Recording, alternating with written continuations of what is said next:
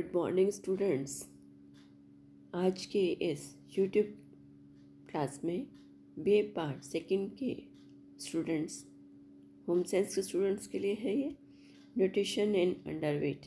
Last मेरी class में आपने न्यूट्रिशन इन ओवरवेट या न्यूट्रिशन फॉर ओबेसिटी पढ़ा था,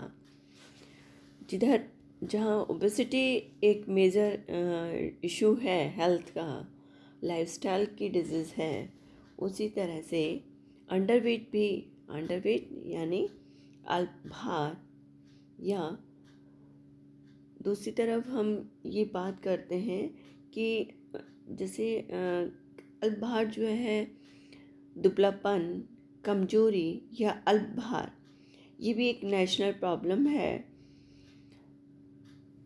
अल्पभार या अंडरवेट जिन लोगों को होता है उनका वेट नॉर्मल वेट से काफ़ी कम होता है।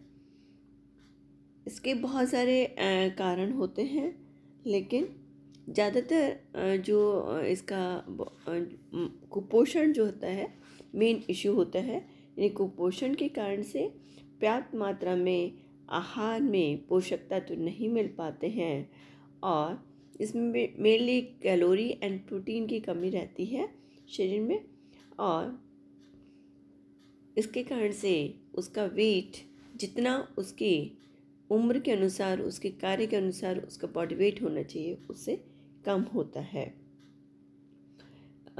एक और इसको थोड़ा सा हम यूँ डिफाइन कर सकते हैं कि अंडरवेट जब व्यक्ति का वजन आयु के अनुसार सामान्य से 20% या उस जितना उसका होना चाहिए उसका 20% कम हो या उससे भी अधिक कम होता है, तो वो व्यक्ति अल्पभार या दुबला कहलाता है। और कई बार उसका वेट 20% से भी ज़्यादा 50%, 40% के करीबन टोटल जितना उसका वेट रिक्वायर्ड है उस पर्टिकुलर एज में, उससे भी कम होता है, तो वो व्यक्ति सभी अंडरवेट की स्थिति में आते हैं। भारत में कुपोषण की बहुत अधिक समस्या है और कई राष्ट्रों में भी है, लेकिन भारत में मुख्य रूप से गर्भवती महिलाओं में, दूध पिलाने वाली स्त्रियों में, शिशुओं में, स्कूल जाने वाले बच्चों में, किशोर बालिकाओं में कुपोषण की अधिक समस्या मिलती है। और इस उम्र के जो लोग होते हैं या जो इस तरह के जो ये लोग होते हैं, गर्भवती महिला, दूध पिलाने वाली स्त्रियाँ, किशोर बालिकाएँ, बाल्यावस्था की अवस्था के बच्चे, इनमें कुपोषण जो होता है वो मेनली कॉज होता है और इन लोगों का वजन जो होता है वो सामान्य से काफ़ी कम पाया जाता है। अब है कि ये क्या क्या इस कारण से होता है, इसको हम थोड़ा सा देखते हैं। इसके क्या क्या कॉजेज़ हैं। फर्स्ट है इनएडुकेट डाइट, अपर्याप्त भोजन। पर्याप्त मात्रा में भोजन न मिल पाने के कारण से क्या होता है, ऊर्जा की प्राप्ति नहीं होती है और शरीर को अलग अलग क्रियाओं को करने के लिए, अंदर हमारी बॉडी की जो एक्टिविटीज़ हैं और दूसरी एक्टिविटीज़ को करने के लिए ऊर्जा की आवश्यकता होती है। वो ऊर्जा उसे मांसपेशियों में इकट्ठी वसा जो होती है वो ऊर्जा में कन्वर्ट हो जाती है और जिससे हम कार्य करते हैं। और जब शरीर में धीरे धीरे क्या होगा, वसा ऊतक धीरे धीरे कम होने लगते हैं, तो उस व्यक्ति का वजन कम हो जाता है और दुबला हो जाता है। नेक्स्ट है एक्सेस फिजिकल एक्टिविटी, यानी अत्यधिक क्रियाशीलता। जब व्यक्ति अत्यधिक शारीरिक श्रम करता है और उसके अनुसार आहार नहीं ले पाता, उसके अनुसार ऊर्जा युक्त भोजन नहीं मिल पाता, तब भी वो व्यक्ति दुबला हो जाता है। टेंशन, तनाव भी दुबलेपन का प्रमुख कारण होता है। तनाव के कारण व्यक्ति को भूख नहीं लगेगी, वो भरपेट खाना नहीं खा पाएगा और कई बार क्रोध, भय, चिड़चिड़ापन या चिंता के कारण से भी भूख नहीं लगती है और उसका वेट लॉस होने लगता है और उसके कारण से वो अंडरवेट हो जाता है। ईटिंग हैबिट्स, एक और जो कॉज है वो ईटिंग हैबिट्स किस तरह की है, जैसे कई लोग होते हैं कि उनकी ईटिंग हैबिट यानी खान पान की जो आदतें होती हैं वो प्रॉपर नहीं होती, यानी सुबह मील नहीं लेना, ब्रेकफास्ट स्किप करना या डिनर स्किप करना, लंच स्किप करना, या आहार में इस तरह के भोज्य पदार्थों को लेना जिसमें न्यूट्रिएंट जो है वो बहुत कम मात्रा में है, न्यूट्रिएंट डेंस फूड नहीं है, तो उसके कारण से भी जो है अंडरवेट की स्थिति पैदा होती है। नेक्स्ट है मोर मेटाबॉलिक एक्टिविटी, यानी जो भी हमारे शरीर की जो ऑर्गन्स हैं उनमें अत्यधिक मेटाबॉलिक एक्टिविटीज़ स्टार्ट हो जाती हैं तो भी दुबलापन होता है। बीमारियों की अवस्था में, यानी कुछ जो रोग होते हैं वो दुबलापन लेकर आते हैं या उनके कारण से दुबलापन हो जाता है, क्योंकि जैसे fever, diarrhoea, anaemia, malaria, tuberculosis. इसके अलावा अभी जो लेटेस्ट हमारा कोविड चल रहा है, कोविड में भी जो है इस समय मेटाबॉलिक रेट बढ़ जाती है और व्यक्ति उसके अकॉर्डिंगली भोजन नहीं ले पाता है। बॉडी में ऊर्जा की मांग और प्रोटीन की मांग, मांसपेशियों का या हम कहें टिश्यूज़ का डिप्लिकेशन ज़्यादा, टूटने की प्रक्रिया ज़्यादा हो जाती है, तो ऊर्जा की मांग बढ़ जाती है।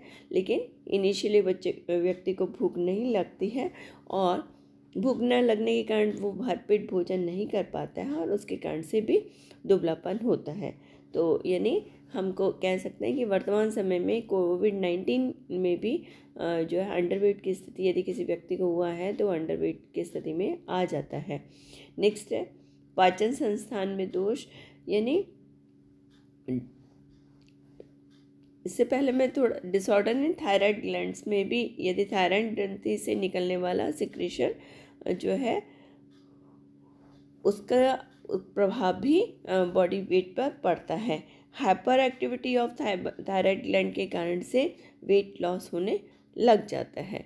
फिर डाइजेस्टिव सिस्टम में भी जो है यदि जैसे प्रॉपर खाना का डाइजेशन नहीं होना, बार बार में डायरिया होना, खाना खाने की इच्छा न होना या वॉमिटिंग होना, चक्कर आना, जी मिचलाना, इस तरह की यदि कोई प्रॉब्लम होती है तो भी अंडरवेट की स्थिति पैदा होती है। अब है आइडियल वेट कितना होना चाहिए, जैसे या एक चीज़ तो ये है, तो यदि किसी व्यक्ति का शरीर का वजन आदर्श वजन से 10% कम है तो वो थोड़ा दुबला होता है, लेकिन 20% और 20% से अधिक कम है तो व्यक्ति अंडरवेट कहलाता है। अब इसके लक्षण क्या होते हैं? एक तो शारीरिक शक्ति कम हो जाती है, काम करने में मन नहीं लगता है और व्यक्ति अकुशल, निकम्मा, अकर्मण्य हो जाता है। नेक्स्ट, शरीर में ताजगी, स्फूर्ति और चंचलता की कमी आ जाती है, इम्यूनिटी उसकी कम हो जाती है और रोग प्रतिरोधक क्षमता भी कम हो जाती है। बार बार में यूरिनेशन के लिए हो जाता है और लीवर का आकार छोटा हो जाता है, बालों का रंग चेंज हो जाता है, ग्रेइश हो जाता है या वाइट हो जाएगा, और बाल जैसे चाइल्ड का हम लेते हैं तो चाइल्ड की ग्रोथ एंड डेवलपमेंट जो होती है वो रुक जाएगी और मांसपेशियों का क्षय शुरू हो जाएगा, टूटनी चालू हो जाएंगी। अब हम क्या क्या ट्रीटमेंट कर सकते हैं? फर्स्ट है ट्रीटमेंट, हम क्या क्या करेंगे? फर्स्ट हम डाइट जो है वो सबसे इम्पॉर्टेंट होता है, यानी दुबले व्यक्ति को आहार में कार्बोहाइड्रेट, प्रोटीन, फैट, यानी हमारे जो दो न्यूट्रिएंट्स हैं, मैक्रोन्यूट्रिएंट्स और माइक्रोन्यूट्रिएंट। मैक्रो में कार्बोहाइड्रेट, प्रोटीन एंड फैट, और जो माइक्रो हैं विटामिन, मिनरल्स एंड वाटर, ये एक उनकी डाइट में पर्याप्त मात्रा में होने चाहिए। यदि उसकी डाइट में ये न्यूट्रिएंट्स पर्याप्त मात्रा में होंगे तो वो यानी उसको high calorie, high protein, high fat diet हमें देनी है। यदि इनको पर्याप्त मात्रा में देंगे तो वेट हमेशा गेन होगा। अब इसमें फर्स्ट है हमारा कैलोरी जो होती है वज़न बढ़ाने के लिए सबसे ज़्यादा इम्पॉर्टेंट होती हैं, और जो भी अंडरवेट व्यक्ति है उसको कैलोरी डेंस फूड जो है वो लेने चाहिए। कैलोरी डेंस का मतलब होता है वो आहार जिसमें कैलोरी अधिक मात्रा में है, और उसको आहार के द्वारा 500 किलो कैलोरी अधिक दी जा सकती है। ये जो है, और यदि लगातार 500 किलो कैलोरी एक्स्ट्रा ले रहा है तो एक वीक के बाद में 1 पाउंड वेट बढ़ जाएगा। और कैलोरी की मांग जो होती है वो, या कैलोरी जो होती है वो धीरे धीरे बढ़ानी चाहिए। यदि एक साथ हम हाई कैलोरी फूड दे देते हैं तो वो डाइजेस्टिव सिस्टम को प्रभावित करता है। नेक्स्ट है फैट। कैलोरी की पूर्ति हेतु वसा भी अधिक मात्रा में देना चाहिए, और लेकिन यदि हमने फैट भी अधिक मात्रा में दिया तो भी मुश्किल होती है, क्योंकि फैट का डाइजेशन देर से होता है। इसलिए वसा की मात्रा को भी धीरे धीरे बढ़ाना चाहिए। यानी पहले हमने 1 टीस्पून दिया है, फिर 1, सवा, फिर 1.5, फिर 2, इस तरह से बढ़ाएंगे। नेक्स्ट है प्रोटीन। दुबले व्यक्ति के आहार में प्रोटीन भी अधिक होना चाहिए, और प्रोटीन भी हाई जो है न्यूट्रिटिव वैल्यू वाला होना चाहिए, यानी उसकी बायोलॉजिकल वैल्यू जो होती है वो अधिक होनी चाहिए, क्योंकि प्रोटीन जो है टिश्यूज़ के निर्माण के लिए। और पर बॉडी वेट 1 से 2 ग्राम प्रोटीन जो है एक व्यक्ति को, यानी मान लो ये किसी व्यक्ति का 55 केजी वेट है तो उसको 55 ग्राम के करीबन या उससे अबव जो है प्रोटीन की आवश्यकता होती है। और प्रोटीन के सोर्सेज, प्रोटीन दही, पनीर, मक्खन, लस्सी, इसके अलावा एग, फिश, इनसे जो है वो प्रोटीन की पूर्ति करनी चाहिए। इसके अलावा जो वेजेस सोर्स है, वेगन सोर्सेस हैं प्रोटीन के, वो भी हम हमारी डाइट में इंक्लूड कर सकते हैं। जो लोग नॉन वेजिटेरियन हैं या सिर्फ वेजिटेरियन ही हैं तो उनके लिए प्लांट बेस्ड जो होती है, जैसे सोयाबीन जो होती है, सोयाबीन में मैक्सिमम प्रोटीन होता है। सोयाबीन में 43% प्रोटीन पाया जाता है, तो वो उसको आहार से देनी चाहिए। नेक्स्ट है मिनरल्स। मिनरल्स की भी इसमें कमी पाई जाती है। तो कैलोरी के साथ साथ यदि हम उच्च प्रोटीन और उच्च कार्बोहाइड्रेट युक्त डाइट दे रहे हैं तो इनकी भी पर्याप्त मात्रा में पूर्ति हो जाती है, लेकिन फिर भी मिनरल्स जो हैं तो वो नहीं मिल पाते। अतः हमें अलग से मिनरल, जैसे मिल्क के लिए या आयरन के लिए आयरन रिच फूड हमें देना है। तो जो भी कार्बोहाइड्रेट और प्रोटीन के अलावा मिनरल्स हमारी डाइट में होने बहुत ज़्यादा ज़रूरी है। इस पर भी फोकस करना चाहिए, क्योंकि ये भी वेट बढ़ाने में महत्वपूर्ण होते हैं। नेक्स्ट है विटामिन्स। विटामिन की भी कमी होती है, और अक्सर विटामिन न्यूनता जनित रोग जो होते हैं ये दुबले व्यक्तियों में पाए जाते हैं। इसके लिए उनको फ्रूट का जूस, सब्जियों का सूप, फिर लस्सी और ग्रीन लीफी वेजिटेबल्स, सैलड्स, इस तरह की चीज़ें अधिक मात्रा में देनी चाहिए, जिससे कि वो वेट गेन कर सके। फिर है टॉनिक्स।